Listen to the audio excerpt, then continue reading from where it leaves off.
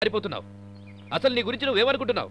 కనిపించిన వాడినల్లా చంపుకుంటూ పోవడానికి నువ్వేమన్నా ద్వాపరయుగంలో సత్యభావం అనుకుంటున్నావా, లేక త్రేతాయుగంలో సీతాదేవి అనుకుంటున్నావా? కలియుగంలో రాణిని అనుకుంటున్నాను. రాణి, సీరియస్ గా చెప్తున్నాను. ఒక డీసీపీ క్యాడర్లో ఉండి చట్టాన్ని నీ చేతుల్లోకి తీసుకుంటున్నావు. ఇక చూస్తూ ఊరుకోవడానికి నేను అమాయకుడి కాదు. ఆమె లాయర్. ఓకే రాజా, లాయర్ నన్ను చెప్తున్నావుగా, లీగల్ గా ప్రొసీడ్ అయిపో. అవుతాను. సాక్ష్యాధారాలతో కోర్టులో హాజరవుతాను.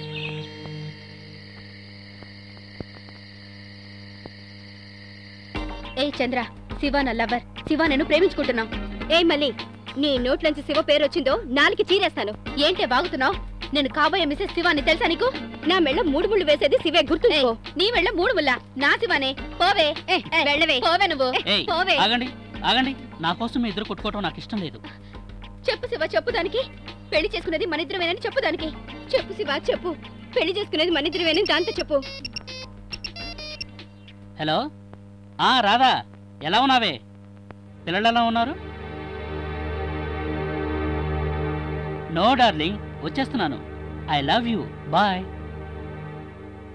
ఒరేయ్, నీకు పెళ్ళైందా? పిల్లలున్నారా? రేయ్, నీకు పెళ్ళైందా నాకెందుకు చెప్పలేదురా? మీరెవరూ అడగలేదుగా. మరి ఇన్నాళ్ళు మా ఇద్దరిని ప్రేమిస్తున్నట్టు ఎందుకు నాటకవాడా?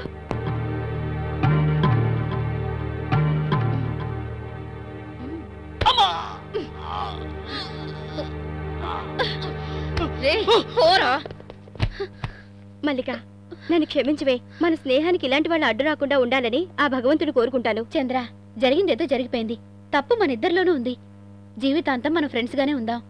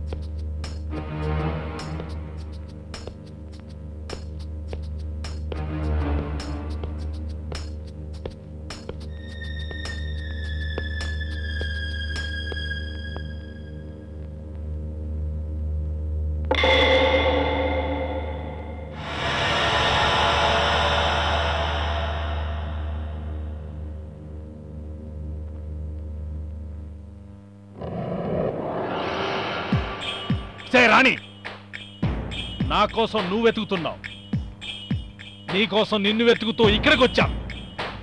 ఎక్కడ తిరిగినా ఏం చేసినా ఏదో ఒక టైంలో నువ్వు నీ ఇంటికి రాక తప్పదు. అప్పుడు నీ అంతు చూస్తా. వసే రాణి, నీ ఇంట్లో మీ అమ్మా బాబుల్ని చంపిన చోటే నిన్ను కూడా చంపుదామనుకుంటే ఈరోజు నువ్వు తప్పించుకున్నావు. మా కాకాని బిల్లాని చంపినందుకు ఎలాగైనా ప్రతీకారం తీర్చుకుంటాను.